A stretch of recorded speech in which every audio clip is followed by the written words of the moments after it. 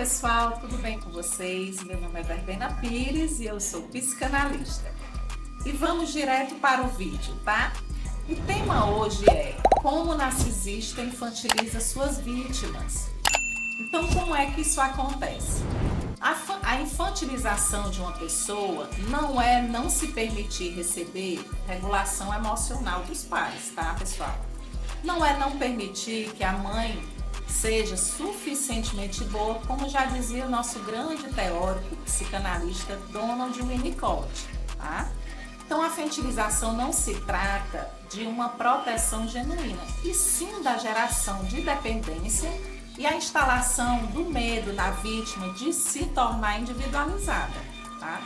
Então, assim, a mãe engolfadora, narcisista, é aquela pessoa que não deixa acontecer a individualização dessa vítima, constituindo uma fusão nessa relação com esta vítima, como se fosse uma única pessoa. E o narcisista, ele passa a comandar toda a vida dessa vítima como se fosse dele. Então, o narcisista vê a sua vítima como uma extensão de si mesmo, tá? E não como uma extensão, e não como uma pessoa separada dele. Então, quando a criança ela vai crescendo e se tornando consciente de si mesma, como indivíduo separado da mãe, essa criança ela começa um processo natural de individualização, se separando dessa mãe, tá? Então, esse movimento natural acaba sendo prejudicado e até impedido, né? Então, a mãe narcisista, ela faz isso tão sutilmente que a vítima pode nem perceber, tá? Então, desse modo, os limites físicos, emocionais e psicológicos já deveriam estar bem constituídos, mas na realidade não estão. Então, essa mãe narcisista, ela vai se sentir livre para viver a vida dessa vítima, se colocando no lugar desta, anulando qualquer iniciativa dessa vítima sobre a sua própria vida.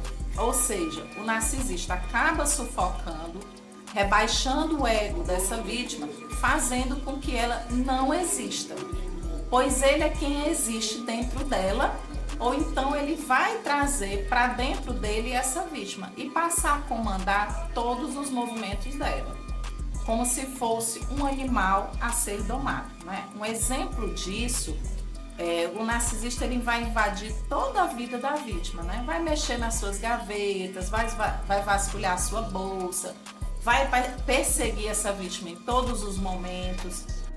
Então, esse problema persiste até a idade adulta ou até o momento em que essa vítima estiver vivendo com essa narcisista, ou até mesmo estando em moradias diferentes, tá? Essa mãe ela vai estar invadindo a vida dessa filha. Por exemplo, a mãe narcisista ela vai tentar se envolver excessivamente no ambiente familiar dessa vítima, até mesmo depois de casada.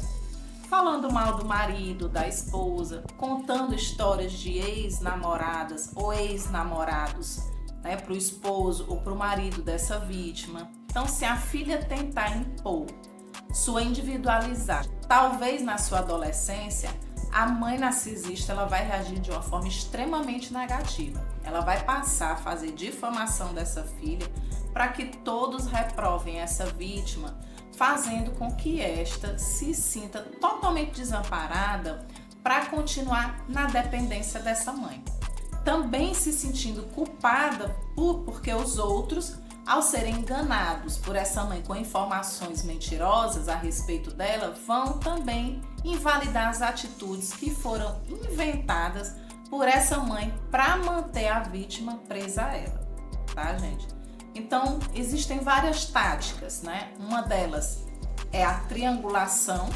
Ela pode usar a triangulação entre os membros da família, a mãe narcisista, para manter as pessoas fora de equilíbrio e, portanto, mais dependentes dela, tá? Outra tática que a mãe utiliza para infantilizar o filho é a projeção. Há sempre um dos filhos, geralmente do sexo feminino, em que a mãe vai projetar seus defeitos para escondê-los de si mesma. Então, um exemplo disso é a mãe narcisista, ela vai deixando seus filhos nas casas dos outros porque não conseguem ela não consegue lidar com as suas próprias frustrações e acaba que projetando nos filhos esses conflitos. Então, quando ela instala esses conflitos nos filhos, colocando uns contra os outros, e ela não consegue administrar essa demanda, ela vai depositando seus filhos nas casas de familiares para que estes familiares resolvam seus problemas. E muitas vezes introduz esses familiares dentro dessa dinâmica para dar continuidade aos abusos com seus filhos, fortalecendo o seu narcisismo, tá? Pois ela não assume a responsabilidade de seus atos e, não dando conta de administrar seu próprio caos, culpa os filhos que não percebem essa dinâmica. E muitas vezes esses familiares não sabem nem o que está acontecendo. Então, esses filhos, ao se sentirem culpados, esmagados, predados por esse narcisista, a vítima vai sendo espoliada, despersonalizada, entrando no estado depreciativo de si mesma, e o narcisista vai abrindo espaço, né, para cada vez mais que outras pessoas possam abusar de seus filhos, né? Então, outra tática, né, de infantilização é a invalidação. O narcisista ele usa essa técnica como uma forma de também despersonalizar a vítima, causar uma confusão mental, né, para que ela se torne cada vez mais dependente dele. Tá? Um exemplo disso, né, a vítima expõe, né, que gostaria de fazer uma faculdade X, né, porque é o sonho dela. E aí o narcisista invalida, dizendo que essa faculdade não vai trazer nenhum retorno financeiro para ela. Então, outra tática é a vitimização. Então, o vitimismo narcísico é uma das armas que ele utiliza na conquista de seguidores, né? Ele quer despertar compaixão, quer despertar que é mal compreendido, que é maltratado, tá? Então, as pessoas empáticas, elas se compadecem dele, querem ajudar, pois a vítima foi cruel com ele, né? Ele deixa isso transparecer, e não que foi ele que causou o prejuízo para a vítima. Uma outra é a exposição da vítima. Ele expõe toda a vida da vítima para outras pessoas, para que ela seja julgada e que o abusador se sinta validado por essas pessoas a continuar seus abusos.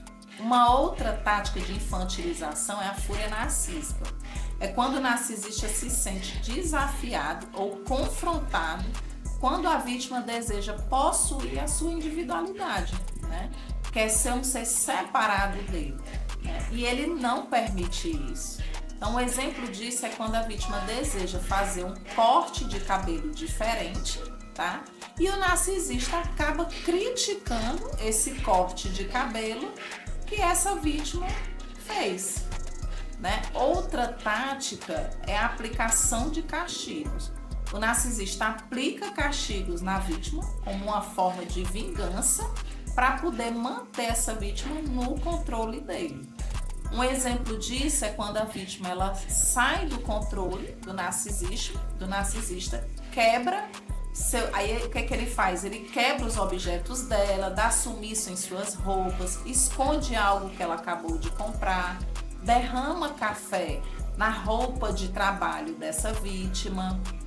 Outra tática é a invasão de privacidade. Então, o narcisista ele invade a privacidade dessa vítima, inclusive em seus relacionamentos. Um exemplo é quando ele liga para os amigos ou para o ex-marido, para o marido dessa vítima ou esposa, para estar difamando, para estar contando histórias, tá? Então, outra é o controle. Com todas essas técnicas, o narcisista vai possuindo controle sobre essa vítima, escalando em seus abusos, fazendo com que essa vítima fique cada vez mais dependente dele e tornando ela o seu depósito de lixo narcísico, com toda a sua fúria narcísica, tá? Então, pessoal, todas essas técnicas, elas vão esvaziando a vítima de sua identidade ou de seu ego, tá?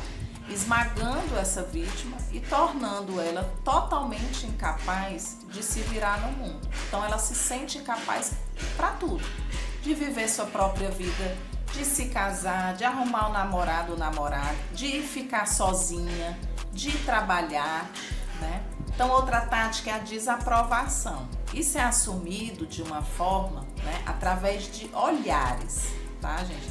Informando que a pessoa, a vítima, falhou aos olhos dele ou dela, ou podem ser perguntas assim, muito pontuais sobre suas escolhas de estilo de vida ou outras decisões que a vítima tomou. Então, se a vítima não consultar o narcisista em primeiro lugar, a decisão que ela tomou por conta própria, ela será vista com extrema desaprovação. Então, eles fazem isso para tentar fazer com que a vítima ela tenha o hábito de passar tudo por eles primeiro, reforçando assim a crença deles de que a vítima é incapaz de tomar suas próprias decisões. Outra tática, pessoal, é a interferência. A mãe narcisista, ela imagina que pode interferir na vida privada de seus filhos adultos. Então, isso pode assumir a forma de dizer o que a vítima vai assumir em seu casamento ou não. Seja uma questão financeira, afetiva ou qualquer outra questão. Então, no extremo do espectro, as mães narcisistas, elas sabotam os relacionamentos de seus filhos adultos, tá? Outra tática são as críticas excessivas. A crítica excessiva, ela é projetada para destruir a autoconfiança dessa vítima. Então, muitas mães narcisistas, elas praticam isso com as filhas sob o pretexto de serem úteis, né? Comentários ofensivos sobre o seu peso, roupas, escolha de carreira, escolha de parceiro ou sua capacidade de ser uma boa mãe para seus próprios filhos, tá, gente? São assuntos que a mãe narcisista vai desde cedo persuadindo a vítima e fazendo acreditá-la que ela realmente possui essas péssimas qualidades, né? Invalidando a vítima, tornando-a totalmente incapaz, tá, pessoal? Então, assim, o que acontece nessa infantilização, né? Na infância, essas manipulações são tão, assim, diretas quanto fazer a criança se sentir incompetente e totalmente incapaz toda vez que ela tenta algo novo, ou pode ser tão sutil como sempre intervir e se oferecer para fazer algo que ela claramente pode fazer por si mesma, tá? Então, mães narcisistas ou pessoas narcisistas ou narcisistas ocultos, eles fazem isso porque veem seu filho como uma extensão de si mesmo, né?